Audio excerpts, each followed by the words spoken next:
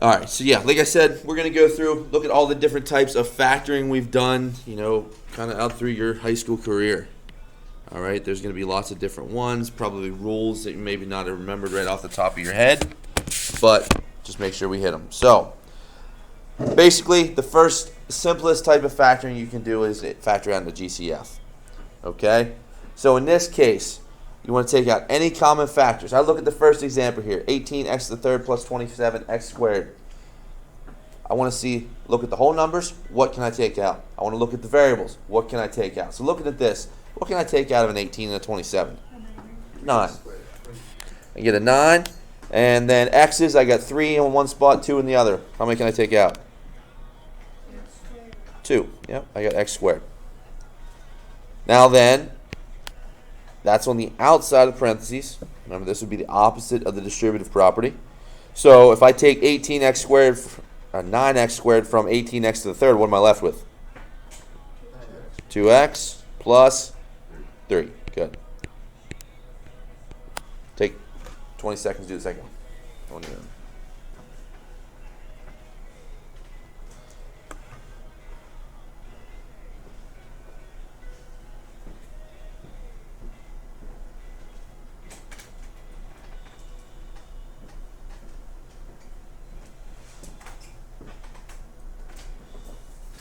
All right, what can I pull out of the second one? Anybody? 2x squared. What am I left with then? 5x minus 2. Issues with that? Okay, it's the simplest type of factoring we have.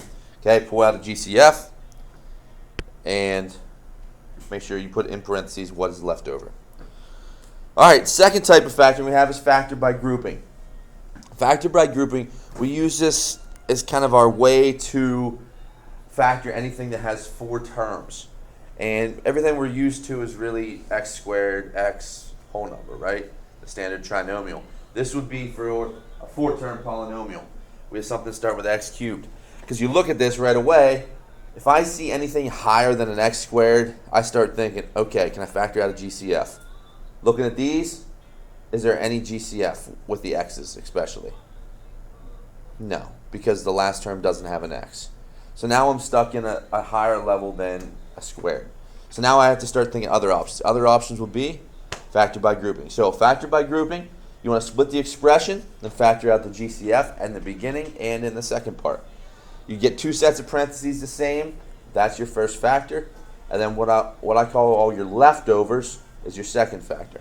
So let's take this first one. I'm going to split it right there. The 2 biggest terms, the x to the third, x squared terms on one side, the single x and the whole number on the right side. Now, if I look at the ones on the left, x to the third plus 4x squared, can I factor GCF out of those 2? Yes. Yeah, what would it be? X squared. X squared, what's left? X plus 4. X plus 4, good. Second one, 3x plus 12. What can I factor out of those? 3. Just the 3. So I'm left with a 3 and a x plus 4. All right, and I still have that plus there. Now, do I have a common set of parentheses? Yes. Yes, I do. I have an x plus 4. That's my first factor. What's my leftovers? X squared plus 3. How many of you guys remember doing this? Okay, try that second one. Be careful with the negatives.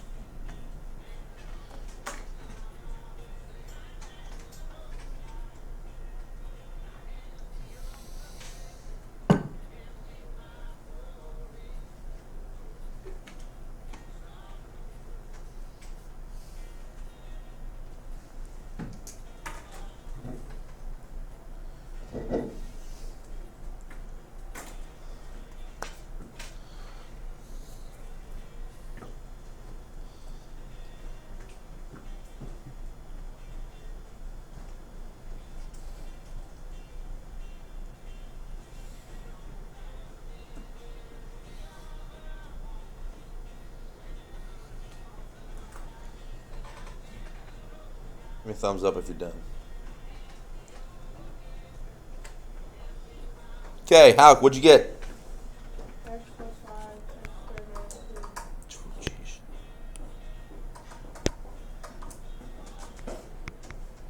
X plus 5. And what's the second one? X squared minus 2. X squared minus 2. Anyone disagree? I agree with that one as well. Which question?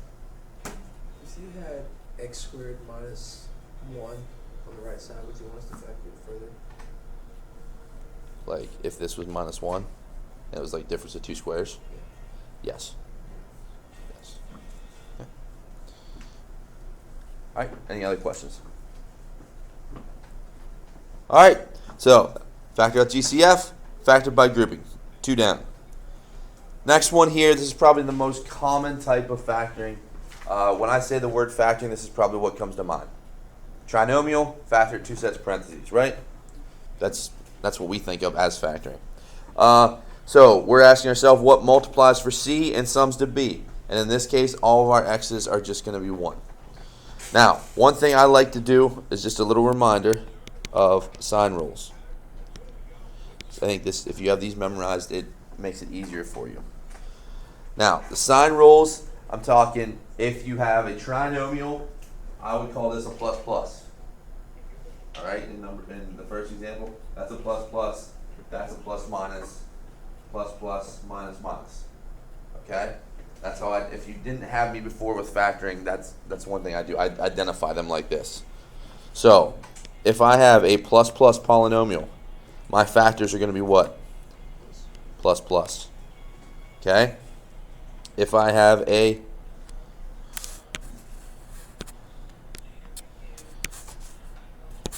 minus plus, what am I going to have? Minus minus, correct. Okay, anytime your C term is positive, both of your factor terms are going to be either both positive or both negative. Okay? If your C term is negative, so if I have a plus minus or a minus minus, and you're always going to end up with one of each. Okay? Your C term is your key. Your C term is positive, you're going to have doubles, either both pluses or both minuses. If your C term is negative, then you're going to have one of each. Okay? I just like to have that written down as a little reminder when you're going through. I think it makes things a little easier for you. Okay? So I look at the first example, it's a plus plus right away, so what's my two factors going to be? Plus plus. Plus plus. All right? So, obviously, I hope you can see this one, but I just want to go by method. Okay? What's my C term? My C term is 8. What's my factors of 8? 1 and 8, 2 and 4. 1 and 8, 2 and 4.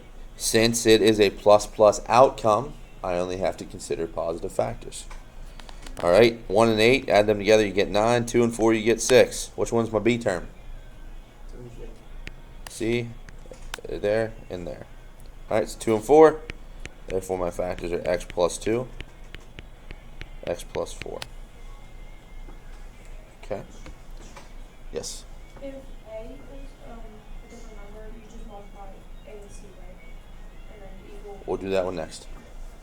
I got you covered, Hal. Don't worry. All right, let's do the second one together real quick just because it's a negative. So now as soon as that C term becomes negative, that's where things change for us. We have to figure out basically double the factors. So 18, I'm looking at 1 and 18, 2 and 9, 3 and 6, correct? Mm-hmm. All right, so I have 1 and 18, but since it's a negative C term, I have to worry about one of each. So I have to do it twice. 1 and 18, 1 and 18. 2 and 9, 2 and 9. I have to account for the negative 2 or a negative 9, either one. Same way with 3 and 6. 3 and 6. Boom, boom. All right, looking down through there, I'm looking for a positive 3. Right there's my positive 3. Correct? If you guys can do these in your head, that's perfectly fine. You will not have to show work for these ones. All right, I'm perfectly fine with that. But there's my 2. X minus 3. X plus 6. Questions so far? You've probably done 100 of these in your life, right? All right, try the next 2.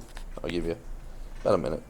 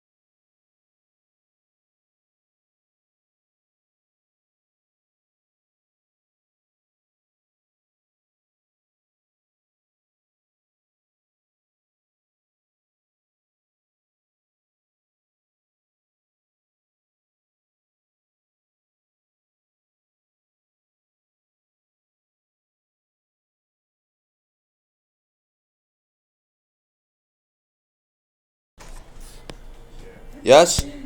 Okay, what do we get for the third one? The 13x plus 40.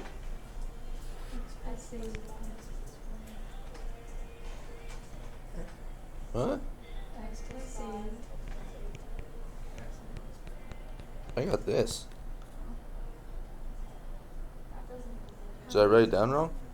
You did the second one. Oh, I wrote the same answer down again. All right, my bad. I'm looking at I'm looking at it wrong. All right, try it again. What was it? X plus 8. X plus 5. Yep. X plus 5, X plus 8. Okay. Everyone agree? Yes? Disagrees? All right. Second one. What would it be? X minus 7, X plus 2. Minus 7 plus 2. Any disagreement? I agree with that one as well. All right. Moving on. So here we go. What if A is not 1? All right. If A is not 1. Now, you guys probably had some of me. No. You guys would have. Did you guys have me the year we shut down? No. No? Did you give Mrs. Yoder the year we shut down? Okay. So you had me for Algebra 1. Yeah. Okay. So I would have taught you factoring at the end of the year a little bit. We hit it a little bit at the end of the year. All right. Not real heavy. And then you would have had Mrs. Rodkey and Mrs. Yoder. Well, Mr. Bart, we looked at Mr. Bartlett last year. Okay. I just want to make sure that our factoring, that I'm speaking the same language that you probably heard. Okay. I do it the same way all the time. Mrs. Rodkey and me are pretty much in line. I'm not really sure how Mr. Bartlett teaches it. Probably the same. You really don't see it in geometry. But all right. So whenever we want to do A is not equal to 1, you want to break down your A and C terms and what I call is the innies and the outies. All right? I call it the innies and the outies method. All right? Kind of like belly button. All right? So look at the first one here. I want to break down the first term of 8, which is my A term. All right? 8x squared. What's that break down into? Just 8. What's an 8 break down to? 2, 2, 2, X, X. Not the whole way. Just two factors. 2, 4. 2, 4, and 1, 8, right? 2, 4, and 1, 8. 1, 8, 2, 4. Okay? Just like we did before. Now, it's an x squared, so I'm going to go through and put an x everywhere. Okay? If x times x is x squared. All right? So that's my factors of A. I'm going to break down my factors of C as well. So C is negative 3. It's a negative, so I'm looking at 1 and negative 3 or negative 1 and positive 3. Correct? Yeah. So all of those options there are my different combinations, with my A term being the first term in the factor, C term being the second term in the factor. All right, so say, for instance, I'm going to use 8, 1. So we'll use 8 and 1 for the A's and 1 and 3. Okay, so I'm going to go 8x plus 1 and x minus 3. Okay, so I used this one, this one here, and this one here. And you can change the order around this stuff too. Now, this is where the innies and outies come. Innies, 1 times x is what? Wait, wouldn't it be 8x plus? What? Oh. Alright. What's my innies? 1x, right? Outies are negative 24. Add those together, what do I get? 23x. Negative 23x, right? Is that what this is? No. No, so that was wrong. Okay. You were trying to put the two x's in the same factor. Yeah, because you have 1x and 8x. Oh, I see. You with me? Gotcha. Alright, so does that factor combination work? No. No. Let's try a different one. Anybody have a choice? 2x, 4x. 4x and 2x, okay. So 4x, 2x. Let's go 1, negative 3. That work? Plus 1 minus 3. Okay? Innies. 1 times 2x is what? 2x. 4x and negative 3 is? Negative 12x. 2 and negative 12 is? Negative 10. What do I want b to be? Negative 10. That's my winner. Questions? Do we have to do it this way? There it is. All right. Now, I'm going to give you a couple minutes to try the second one here. All right. Do we have this written down? Okay. Erase it so we have room here for the second one.